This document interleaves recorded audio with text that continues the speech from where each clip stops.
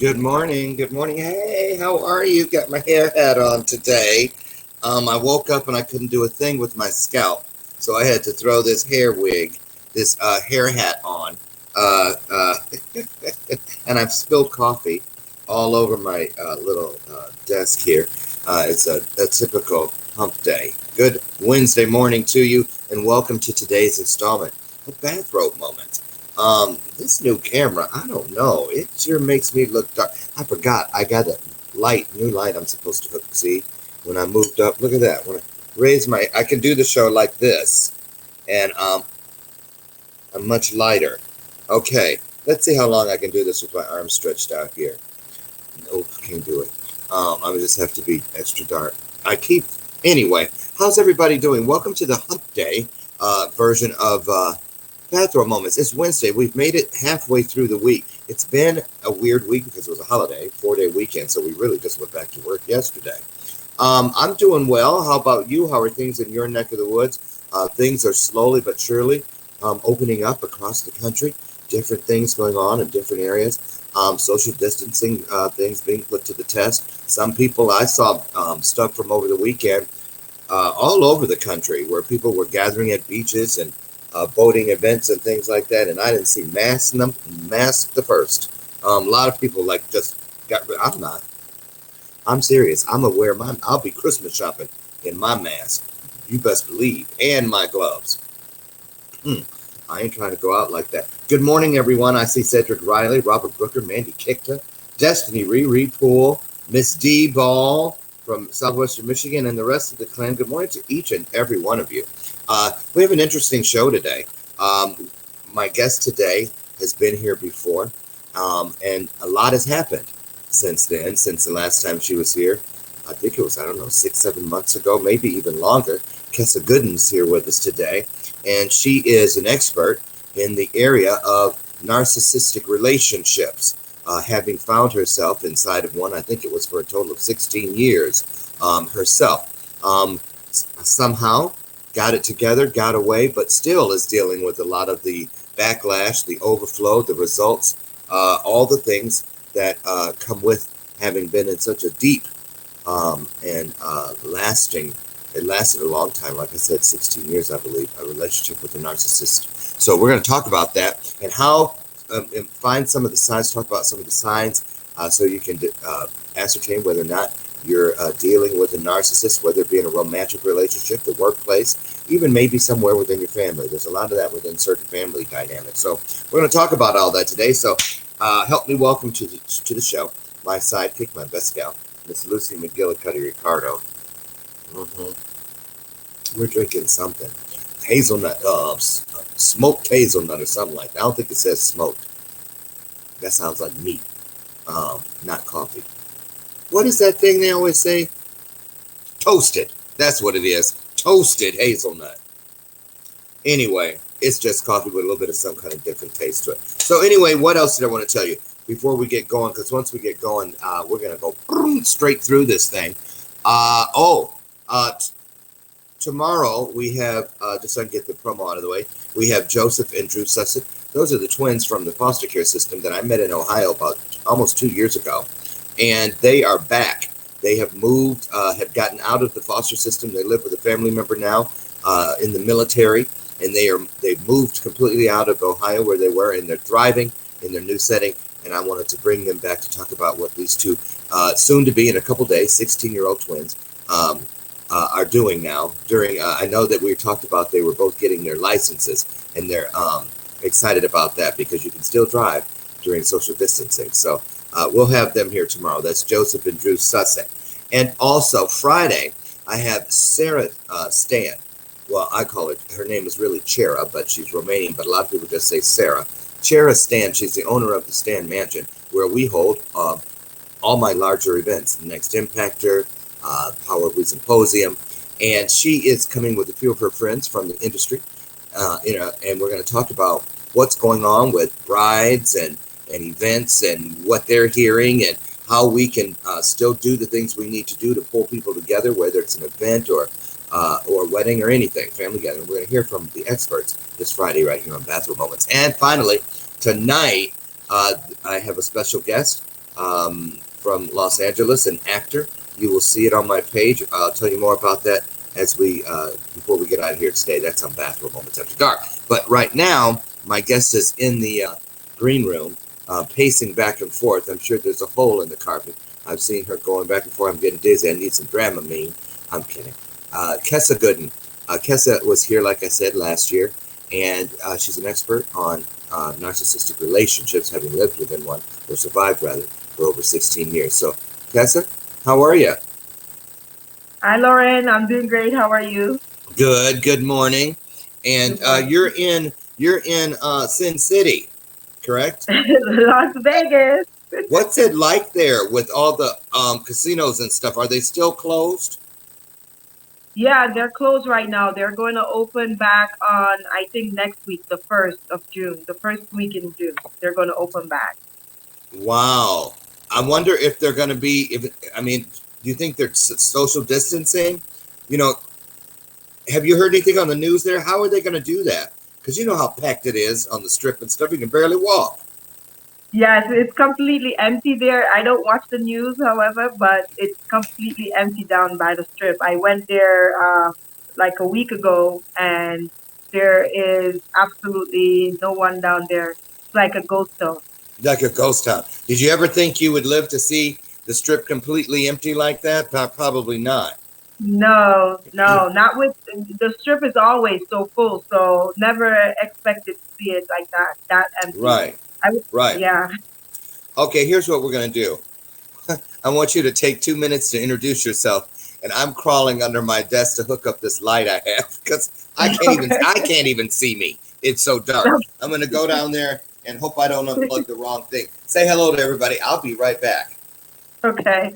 Hi, everyone. My name is Kessa Gooden. Thank you so much for being here with us today. I hope that today's segment bring you guys truly pleasure and also joy in experiencing some realities of what it's like to be in the narcissistic world. And I'm glad that you guys are here with us today. And thank you so much for giving me the opportunity to serve you today. Oh yeah, that's better. Woo! Well, I got my workout for the day. So okay, I didn't even get to hear what you were saying, but I'm sure you told them. So, uh, so much has happened. I'm gonna get this thing set right. So much has happened since we were here together last. Um, uh, you are you comfortable talking about your experience with COVID-19? Yeah. With So COVID, yeah, um, you actually tested positive, didn't you? yes, before, yes. Yeah. So how are things now? So I'm doing well. I'm much better, and I tested again, but I don't have the virus yet. So you congratulations, amen. You made it Thank all the way you. through. How did it? Tell us. Can you give us a little idea? Um, what went through your head when you got tested and found out you were positive? Because that was back at the beginning. That was in March, wasn't it? That was in March. Yeah. Yes. Wow.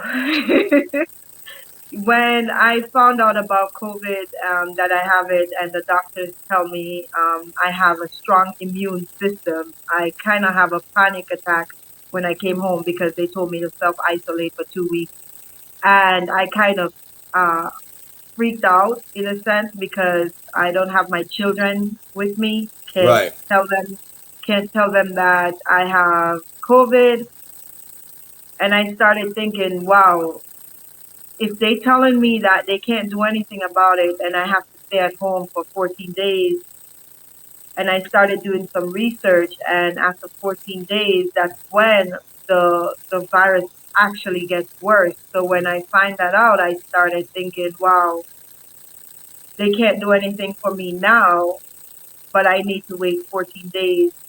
Um, I started thinking there's no way in our time that we don't have any cure and stuff like that for Oh, a virus yeah. like this. And it has like a lot of thoughts that came to my mind, like how is it that we're in this era where we have a virus and we have no cure and we have to wait 14 days to see if the virus gets worse or if it subsides, if it dies down. Mm-hmm. And I started panicking at first because I really didn't know what to expect. I really was thinking, oh my God, after 14 days, this could really get bad and I could really be gone and leave my Yeah. children. So yeah, so Yeah. it wasn't a nice feeling. So pretty scary to say the least. Very So scary. well, I'm so grateful. Praise God that you made it through, and but you still have to be careful because in the fall they say it could happen again with us. And I hear that you can, it's not like some things once you have it you can't catch it anymore. So Right. they think that you can. Some people. So you got to be really careful. And we're glad. So our prayers are with you, and we lift you up, and for continued health and wellness. So wow. Did you feel anything? Did you tell people, or did you keep the news to yourself? I kept it to myself. I only told my mom and two other people, but I didn't tell like the rest of the world. So this will be the first time it's being aired. Oh, oops. Sorry about that. Well, now you know. Now you know one of those three people you probably shouldn't have told. Yes. No, but it is okay. You Yeah, know, because I it know is. you're healthy and you're Yeah. COVID free now, and how Yeah. many of us? I don't know anybody that has. I know people that have tested positive, but you're the first one I know up close and personal, and you came out the other side. So we're grateful for that. For those of you watching, welcome to today's that have just started watching and just joined us. Welcome to today's installment of Bathrobe Moments. I'm your host, Loren Michaels Harris, and my guest today is Kessa Gooden of Las Vegas, Nevada, who uh, has a tax company that you have, right? And Yes. you do taxes. You have a group of people that you work with, and then you do all kinds of coaching and this and the other on the other side. Particularly working with people who have experienced or are experienced or just want to be forewarned about the signs of how to tell if you're dealing in a narcissistic relationship, also known as narcissistic personality disorder. Correct? Correct. Yes. Okay. I have a little clip that I'm going to let us show. Just something I pulled off of the internet. It's gives us a few signs. It's like a 3-minute thing. I want you to hear this and just tell us later if it matches up with your experience. But here's some of the pros or something that you can find out there where we always go looking for our answers off the internet that speaks to narcissistic personality disorder. Watch this.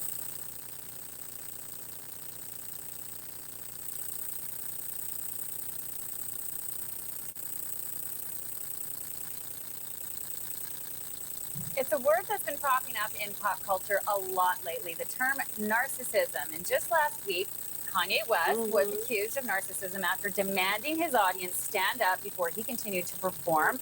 But what does the term really mean? Our health specialist, Leah Sarich, now with what being narcissistic and when it turns into a personality disorder, because there's a lot of talk about selfishness and, of course, in the era of social media, taking photos of oneself. But what is it really? That's a very distinct difference. Yes. So let's talk about this. So the term comes from the mythological Greek youth Narcissus. So we're going way back to talk about this. He basically fell in love with his own image while looking in a pool of water. So there's two stories here, really. One version is he dies actually of starvation because all he does is look at himself in the pool of water. The other one is that he turns into the flower narcissist. So that's a little bit nicer. But this is where this whole idea is coming from. So there's the general sense of the word, which refers to someone who is, let's go over those traits. So arrogant, vain, self-centered, lacking in empathy for others. So it's all about them, right? Now, these can be just narcissistic personality traits. So they can just be traits. But when these traits become very prominent in someone's personality, then when they start leading to dysfunctional behavior, and it becomes a pattern of dysfunctional behavior, then we're merging into the area of this mental illness. So I spoke with a psychiatrist about this, and he outlines what this means. If those traits are so prominent that it interferes with a person's ability to function in important areas like forming relationships, like working, like your career, or schooling, if the narcissistic pattern of understanding and relating to others interferes with your ability to function in many domains of your life, you call that a narcissistic personality disorder. There you go. That kind of outlines this. Now, what I found really fascinating about this is that narcissistic personality disorder is much more common than I thought. 1% of the population are living with this. 1%. So that's 10,000 people in Calgary that actually have the mental illness. Wow. So not just the people that have some of these traits or have a little bit of this going on in their personality. This is a number of people that are actually dealing with mental illness. So that is a That's lot. incredible. That is an incredible amount of It people. Yes. Okay. So we get an idea. And they make it sound, the reason I played that is because it sounds so, oh, you know, and your story, Kessa, is a little different. And I'm sure that every person who's got a story dealing with a narcissistic personality disorder uh, um, carrier, if you will, a person who's dealing with the disorder, um, it's people that they're hearing a lot of noise and feedback. Are you still hearing it after the clip, or was it because of the clip? How's it on your end, Kessa? How's the sound on your end? I hear just a little bit of feedback. It's bearable. Yeah, so much is going on nowadays with all of this digital because it's so bumper to bumper. Bear with us. I hope it gets better. Let me know if it sounds any better, you guys, since the clip. So, Kessa, take us to the beginning for you, because it was 16 years that you lived with this person that suffered from this disorder, right? Dealt with that person. You Yeah. dealt with that person. Okay, you corrected Yeah. me on that because, so what was that all about right there? I said what? I said lived with, right? You said lived with. And Yeah. you weren't. Okay, talk about that. Yeah. So the total combined years living with that person was 3.5 years, but the cycle continued for 16 years total. So when you're first getting involved with a narcissistic person or someone who suffers from narcissistic personality disorder, it's not easy for you to detect that that's what they're suffering from. So when you get pulled into that cycle, it's really difficult to know that you're in that cycle and that you're being dragged through the narcissistic cycle. So yeah, the noise stopped now a little bit.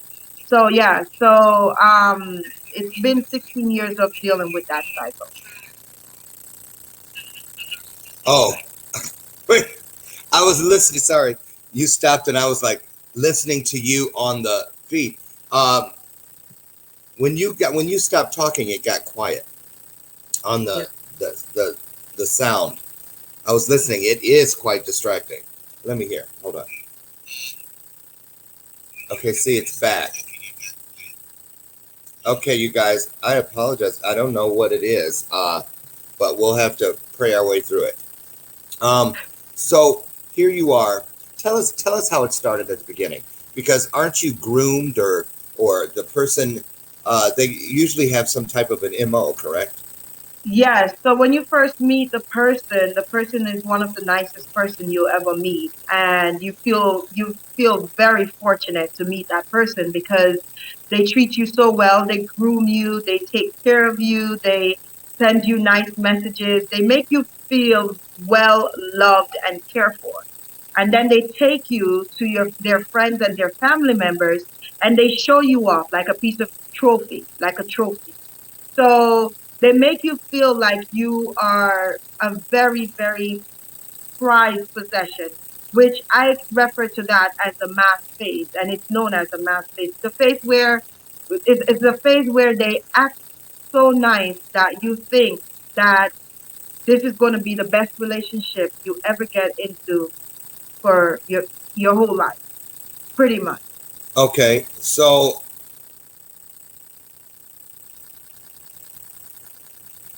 okay, I was looking at what everybody says they think the sound was or is. We'll deal with it. So, Kessa, so tell me, when okay, so it sounds like in the work that we've done together, you've talked a lot about this, and we've done a lot of research together.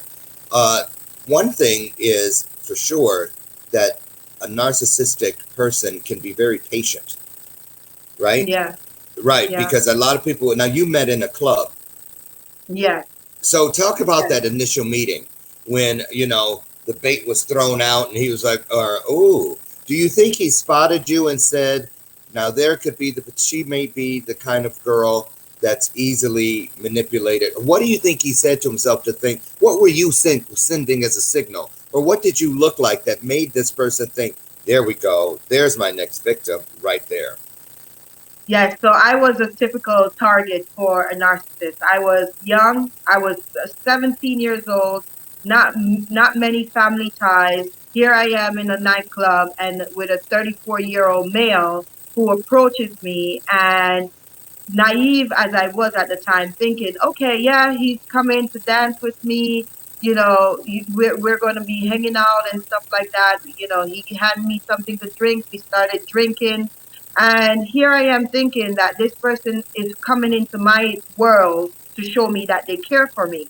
But instead, what it was a sign of picking on a victim, which fit the description. First of all, I was overweight. I didn't have much family ties. And, looking at me, it's like, there she goes. That's the perfect target, because he was 34. I was 17. So I was what would classify as a perfect target for a narcissist at that time. Okay, so the first night he comes over, let's dance. Probably bought you a drink or two. And then what happens? You say good night that night. So yeah, we say good night and we continue seeing each other for a couple of months, before we got intimate. And even before we even got intimate, I've already met all the families, all the friends, everyone that was around him. So I felt special. I felt like, okay, here's this guy bringing me to his friends, his family, and everyone that is important or should be important to him. And made me feel special, got me flowers, and stuff like that in the first grooming stage, which was amazing for the first month or two. But after that, then what happened? I end up got pregnant. What indeed? Oh, you got pregnant. So okay, so you're two months inside the relationship. Now you waited how long before you were intimate? 2 months. Okay, And you then the waited third month I got pregnant. Yeah. Bye, honey. Have a good day. So you waited 2 months. So everybody's patient. This could be something real. This, Yeah. okay, this isn't just some kind of booty call. This Right. could be the real thing. Look how patient. Yeah. Look how he treats me. I've met everybody. I feel like I'm a part of this person's life, and they Yeah. want me to be there on a long-term basis. So, okay, so now you're pregnant. Now he knows he's got you. Now Because he if knows he nothing, got me.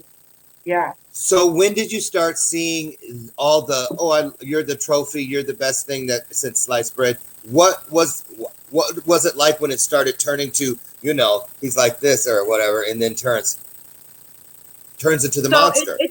it turned the mask dropped off completely because he went straight into cheating. Oh, once you were So pregnant? yeah, so here I am, I'm pregnant, and he went straight into cheating, which caused the emotional abuse, which is what start creating the emotional trauma and emotional pain for me at the time as a victim.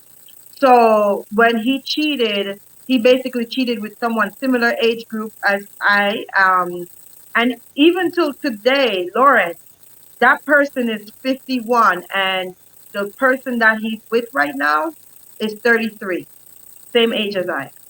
So it's a pattern. It is a pattern. Okay. Yeah. That makes sense. Right, right. So you were saying, okay, you were 17. So what was the first thing uh, implemented to start taking the power away from you so you couldn't go anywhere and because so Yeah. what So was the, that? the first thing was the cheating. The cheating Okay, caused cheating. me to be more attracted to him. Instead of running from him, it caused me to pull back in for the pain. So as a young girl, you not, I'm not aware of, I wasn't aware of certain things, but that's why our parents need to teach us this at a young age, that these kind of predators, they're out there. They look for young females or young males to take advantage of them. But I didn't have that support system to guide me with that. So when I was going through that, instead of running from this person because of the pain they caused, what it ended up doing is create something called a Stockholm syndrome, which is me ending up falling more and more for him and the type of abuse that he was creating, the emotional trauma, the emotional, neglect, the emotional isolation. I start speaking to my mom less. I start speaking to people who cared about me less. My best friend that I met him with that same night, I had to stop that relationship as well. So here I am now being pregnant, isolated in his world with no one outside in my world to help Yeah. support me to go through that So okay, so isolation. So isolation. right. So did he just come home and say, I've been out cheating, or did you? I No, mean, my friend saw him cheating. My friend saw him at the same nightclub that we met at, and she saw him with a female, and she went over there. She didn't say hello to him, but she told me that she saw him with a female. But I didn't know that that was the reason why he didn't want me to speak to her. It was two reasons. One, she saw him cheating, and two, he needed to get rid of her so that he can start isolating me. okay, because she might be talking to you about, girl, get away from there, and all these Yeah, kind of things. So they block off any type of reason where yes. people could say, why are you putting up with that? Okay, so the isolation. What was the next thing? I mean, because we don't know. I mean, did it ever become physical? What kind of abuse? Just At that what time, was it was next? just the emotional. At that time, it wasn't physical yet. It was emotional. It was the way he spoke to me, and I did not notice the tone. Like my mom, immediately when she heard him speaking to me, she said, "Nope, get rid of that guy. Get rid of that." But I wasn't self-aware then. So when that all was taking place, it was like, okay, it was okay for me at that time because I didn't know. I wasn't aware that this person was being this way. And then the friend started treating me the same way he did. So His friends. his friend, yeah, the ones that were loving and kind too. So now they're starting to turn. Right. So they already know the cycle and the patterns when it comes to dealing with a narcissist. Anyone who deals with a narcissist or have a narcissistic person in their family knows how they are with their victim. So, like for example, if you were to come into my family and you have a friendship with my dad, I know that in a certain amount of time, this is how he's going to change. And once he changed, I already know that that was coming. So the friends and family already know the stage of how they are. So they help plays a part into how the narcissist gets to groom you because you get to feel special meeting the friends and the family members. But then when the narcissist drops the mask, you get to really see who they are. Wow. Wow. And I'm so glad we're talking about this today. For those of you joining us now, late since the top of the hour or just came in, welcome to the show. I'm Loren, and this is Kessa. And we're here today talking about her experience for 16 years in a narcissistic relationship and the detriment thereof. When we come back, we're going to get deeper into the 16 years that Kessa spent. Well, she doesn't say lived. Survived, I guess, is what you're saying? Survive. Survived. Okay. So we'll be right back. I'm going to take a pause for the cause and we'll be right back. Stay put.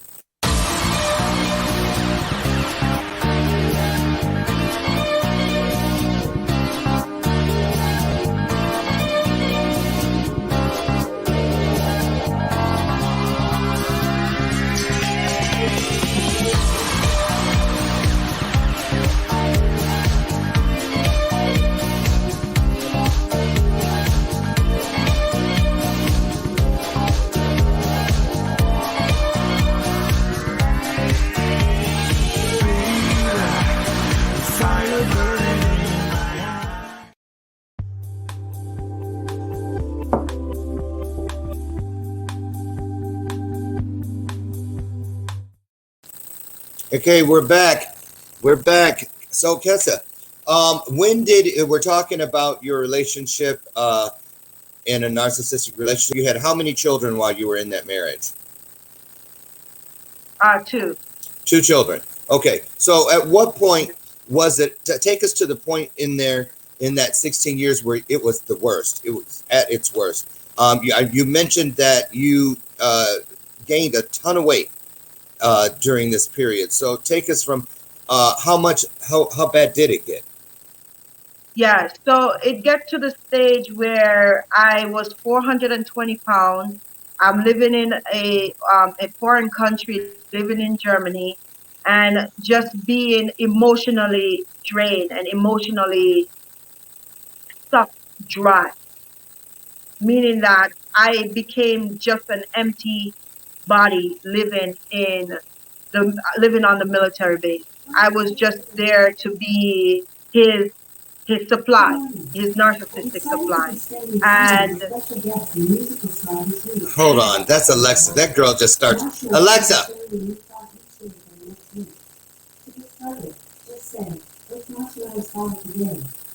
Marshmallow, that character. Girl, if you interrupt me one more time, you're gonna. She keep playing with me. She gonna end up in a garage sale. I done told her. So anyway, okay. So you were living in a foreign country, 420 pounds, cut off from everybody. How many kids do you have at this point? I had three kids at this point. You So had three that's kids. when yeah. hmm So Wow. three kids at home, drinking to go to bed per night. Didn't have much friends, didn't have much support, no family members, and I am just there to him, support his career, because he had chose to join the army. So I was there to support him. I would cry myself to bed at night. No one, he wouldn't even look at me, turn his back, go to, go to bed without even giving any emotional support. And at that point, it was like 25. Is this what life is about? This, Yeah. Is is this this what what's life this has is my come to? destiny? Right. So Yeah. did you consider your? Do you consider now yourself? Were you at any point depressed, severely depressed, and were you ever suicidal?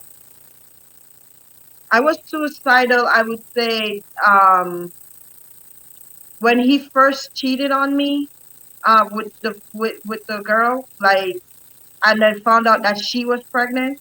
That Oh, made me emotional. Yeah, scandal. yeah. So he cheated on me, and I was 6 months pregnant, and she got pregnant because he continued seeing her, even though I took him back. Right. So the those emotional trauma over the time, they do build up, and yes, I would say at a point I was suffering from emotional depression, but I didn't seek any help or went to like any psychiatrist or anyone like that. As a matter of fact, when I decided to leave him, I did spoke to a psychiatrist, and she said the fact that this is all taking place is 90% better than the client that comes into her office, because they're not aware of the cycle that's going on.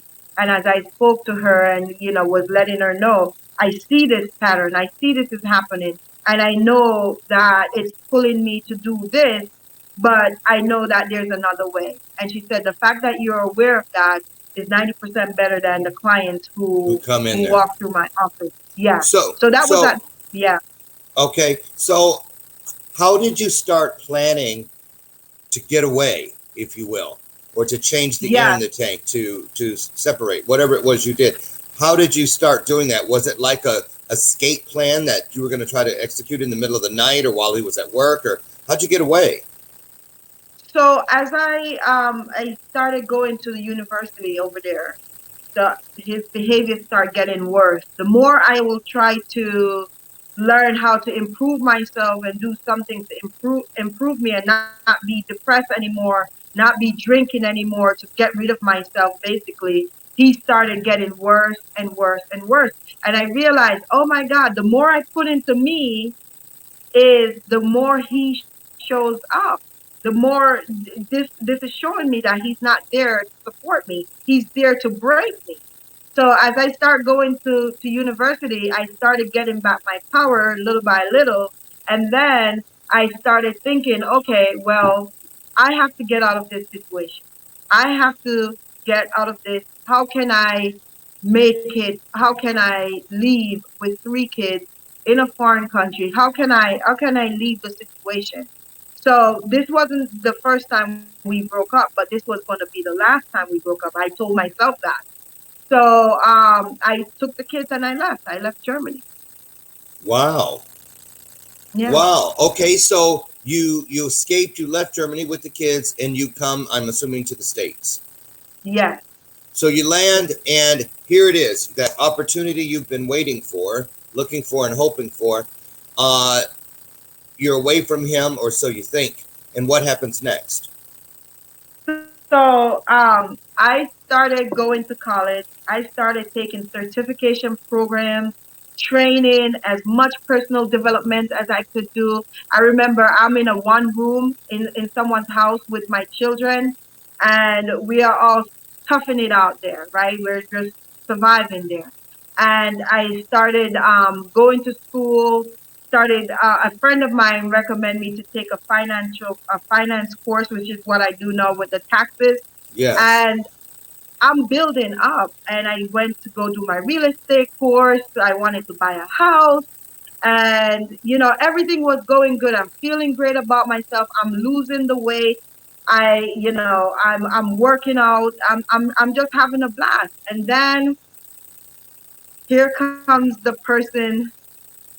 Here comes the person that I thought I walked away from 2 years ago, and that I thought that I got over because I'm now strong. I'm well educated. I have a lot of resources, and I'm ready to buy a house. And here comes my ex. Let's buy a house together. I love you. Let's give the Oh, family another Lord. try. And let's do it again.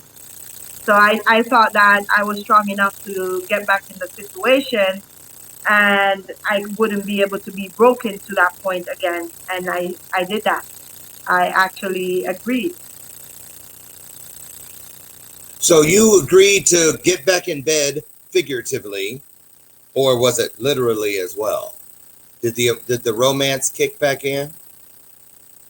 So I agreed to say, okay, yes, let's get back together. And as because he wasn't living here, he wasn't living in America, so Okay, I but was did living he here. did he convince you that, damn girl, I miss you? Mm. Yeah, And he you're like, convinced me that oh, the marriage could stop. work now. Yeah, he convinced me. I went through because I was unconsciously going through these things. So we went through the phase of the mask again. His friend talks how he missed me. I was the best he ever had. And, all the soft stuff that makes a girl soft and get back to the heart and stuff like that. So as he, grew me back through his friend, I agree. Yeah, let's get back together. Let's do it. Okay, so how long after that? How long did it take after you made that really brilliant decision, not to go back to this guy? How long after you did that did things, all the work you had done, all the building that you had created, all the forward momentum you had started to create? How long until that was all just like crushed and trampled over? So when I started building what I would say my mini empire, I started building that, and he came over from Germany. He came. We were together for about two months before he starts back putting me back into those kind of So mindsets. what I just want to know. So what was it that made you went to all the trouble to escape from Germany, get back to the United Mhm. States? What, and then you start doing well. Did you just forget how this person made you feel, or did he always still have a grappling hook somewhere connected between himself and your heart? No, so what I think it is, and after over the years, I believe this is what it is, because of that way of grooming and the way that the narcissist grooms its victims, right? It's like it's subtle. The feeling is there. You don't know it's there, but they have a way to get access back to you if you allow it. If you're not consciously aware that Mhm. it's there and it's creeping up and this person is coming back in, and you may think this person changed. That person may appear differently. That person may be nice again. That person may start treating you with what's called a mask face, and you suddenly forget all the bad because you have kids. When you have kids, it's easy to forgive someone.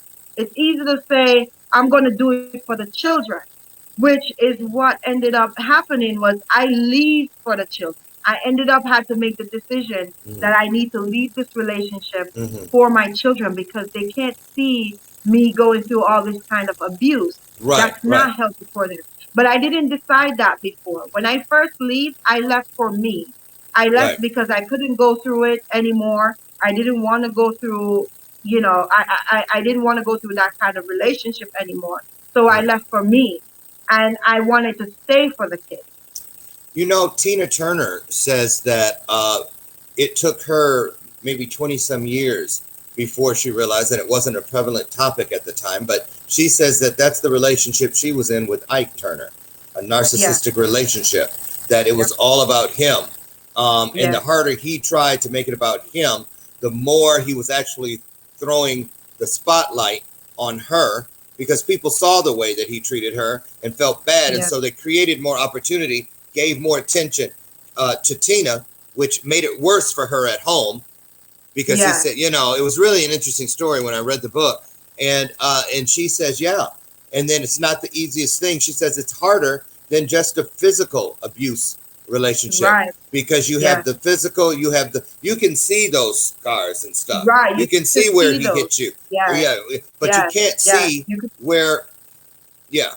yes. The emotional trauma is so deep, and the emotional and mental trauma. I believe is worse than the physical trauma because once Yeah. somebody hits you, the scars when it heals, it goes away. But when you're being emotionally abused or mentally abused, those scars, they're not, first of all, they're not visible because you can't really see it. And someone who's on the outside looking in, they can have an idea of what's A going on, but they can't suspicion or an, yeah, see yeah, a yeah, yeah. suspicion, right? But they can't see to the extent that that person is being abused and broken. They can't see it unless that person speaks up. And oftentimes, we as victims of a narcissist, right? We don't want to speak up about that. We don't want to say, this is going on. He's doing this to me. He's hurting me. He doesn't treat me well. He doesn't appreciate me. He does not care for me. All he does is use me and take advantage of me. We don't speak up. And there's a lot of people out there who's going through that. I remember when I didn't speak up. I almost didn't speak up about this whole thing until I got on your show for 16 years. Let's talk about that. That was about what, 7, 8 months ago? 6 months ago. 6 months ago, you spoke out for Yeah, the very first time right here on yeah. Bathrobe Moments. And what's happened since then? So since then, after speaking up, I realized that when I stay quiet, I am not only silencing my voice, but I'm silencing the voice of the victims out there who are living with these narcissistic personality disorder type of people every single day. The children that have to go through the school system to deal with a teacher who's like that. The children that have to deal with a father or a mother like that. The children who have to deal with an aunt, an uncle, or any other friends like that. If I stay quiet, I'm being silent, and they're silent as well. So So that's when now, yeah, since just in 6 months, where you spoke up, like you said, the very first time here, now I hear that you're actually having calls with people, mentoring people, yes, coaching people. You're in some groups. You have your own thing going about how to, showing ways and helping people understand this situation with narcissistic personality disorder and all that comes with it. So in 6 months, how has just speaking up, telling your truths, and sharing with others, how has that helped you? And did you think that you could ever be this kind of a help to others in similar situations? No, I never thought that if I'm speaking, it's going to be about a narcissistic trauma. And yet, it's one of the longest trauma that I myself had to deal with. I never thought it would be on that. I never thought that I would be helping people. I had a call for 45 minutes last week on a person who tells me that this subject of narcissistic trauma that I'm speaking about that helps her. And she's telling me, you don't know how much this helps me and this is the first time I'm telling my story. And she told me her story where she had the same thing. She was dealing with narcissistic abuse, and for 5 years she never about it. And she witnessed people around her going through the same thing. So with me being able to speak about that, it's helping her. And you know what, when I first spoke up, I said if it's one person that get helped from this, then it was worth me doing. And you know what? I have helped at least 6 people last week on coaching them, talking to them about the stages, identifying the stage of a narcissist. And even when they're trapped in fear, which is one of the phase of the narcissist, is that they can take their power back and get out of that situation. And I'm honored to be able to help them to say, okay, I can take this step. I can take this preparation. I can get my power back and I can leave this situation because it's something that anyone who's suffering from this kind of relationship should leave that type of relationship. They should for Hmm. themselves, for their I agree. children. They should. They For, should leave right, for that. everyone that they love or that loves them. And Yes. so, take us down the process of what has happened in the last 6 months that you are now able, on an ongoing basis, you go from just sitting here on this very program, sharing for the first time, to now, as recently as last week, 5 or 6 different calls to reach out. What did you need to do? What did you do to get to the point where you feel empowered enough to go out there and rescue and save some people from the same plight? What changed? So I lost my children. My children was taken away from me and was sent to their dad, which is my ex. And my daughter is in the foster care right now. But now I had to start back dealing with that cycle again, but in a different way, from a perspective that I know that I'm no longer the victim. My children are now the victim that's being pulled into that situation and being used as a tool to be manipulated. So since I lost them, I said, okay, well, if I don't have my kids, then the least that I can do is speak up about this kind of abuse, this kind of trauma, because I stayed quiet for myself. I knew I went through all this kind of abuse and I never spoke up about it. I never even think twice about letting the world know about it because I forgave that person and I forgave those kind of treatment. And it's not just him, even from my own biological dad. I Now, forgave them. let's talk about this for a second, because Brian and I, my husband's, he's a therapist, and we talked about Yeah, this, and even on our coaching sessions, he's jumped in yeah, once or twice, and it's interesting. I think people should know that the narcissist is one of those people. It's almost like Eddie Haskell, and the guy who played Eddie Haskell on Leave It to Beaver passed away just a couple weeks ago. But on the show, how he was like he had two personalities.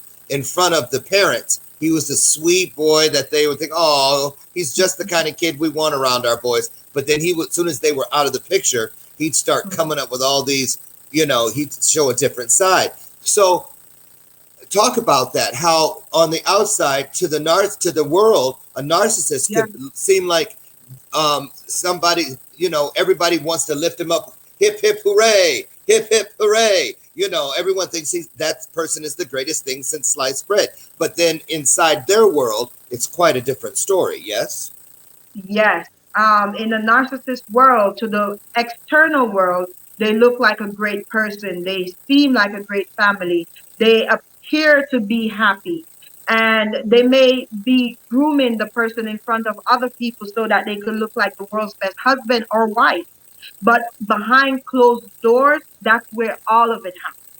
That's where everything, even to the kids may think this person is a good person, but what ends up happening is the kids end up starting protecting them by defending them in everything that they do. And they don't realize that as a child, the child is going through this whole cycle too, not just the parent, not just the person who's being abused, Right. but husband and yeah, even if they're married or not married, the abuse that is going on behind closed door is not seen with the eyes, and the So victim what? doesn't talk about it. So let's give the audience a couple red flags to look for, either in your own relationship or someone's relationship that you care for. Give us a couple things that we can look for. If you should see this, it could mean that this is a They're dealing narcissistic with them. relationship. So, what are some of the warning signs? So some of the warning signs is always defending. If you have to always defend your partner in everything, no matter how bad, or if you can't speak up to tell the truth in a situation, and you have to feel like you're walking on eggshells Mm. all the time. So that's one of them. If you have kids and you for some reason there's always an excuse. Like for example, if you need an app on your phone and the person can just simple put the app there and they said no, I don't have access to it, or there's always another excuse for something can't be done. There's always something that can't be done. If you're talking to the person and it can't be peace, there's no resolution. There's always, okay, if you just wanted to say something that just to get to a point, instead of getting to that point, you end up getting to an argument. Mm-hmm. Those are kind of, it's like you can never win with a narcissist. Could never win. It's either they talk nice to pull you into a conversation, and then what they do once they pull you in that conversation is start an argument and then just hang up on you or So, just so disregard you. Yeah. So what advice do you have to someone who can just feel, they may not even know the right name to call it, what if it is in fact a narcissistic personality disorder they're dealing with, or whatever. In whatever situation you're in, if it's fear-based, if you are looking over your shoulder, like you said, walking on eggshells, that cannot be the right thing. You must know that there is more for you, more joy, more love, more everything of a positive nature. So really quick, as we round, this is it. We got just a couple minutes left. What's the first thing a person can do? Where are the resources? How do they find you if they want to ask more questions? So yeah, so for me, I'm at KessaGoodenTeam.com, and my best advice would be start focusing on you, start loving you, start caring for you, and stop giving that narcissist a lot of attention, because that attention you're giving to them, you're taking it away from you, you're taking it away from your children, and the more you love you will give you back your power. Amen. The more you love you will give you back the power to take back control of your life. And also it will give you the power to never go back into a situation like that again. So I would suggest personal development and focusing on you and enjoying the best life you can enjoy. You can find there me. it is. Yes. There it is. You can Kessa, find me at KessaGoodenTeam. Yes. KessaGoodenTeam.com. I'm going to let you go now. Drop that into the comments so people can continue this conversation with you. So much growth. So proud of the work you've done just in a short 6 months. You're a different woman than the one who sat in that seat last time we were here chopping it up together. So proud of what you're doing. And I know you're doing the right thing, because as soon as you saw that it was working for you, you started giving it away to other people. And that's the primary sign that you're living and walking within the arms of purpose. So congratulations. God bless you. We'll get you back in here in a few more months, not so long next time, so you can give us an update on how things are moving for the Kessa Gooden team. Okay. Thank you, All right. Loren. Thank you so much for having me. You're All right. welcome. God bless you. Have a great day now. You too. Thank Bye. you, Kessa. Bye. Kessa Gooden, everybody. And listen, we're out of time.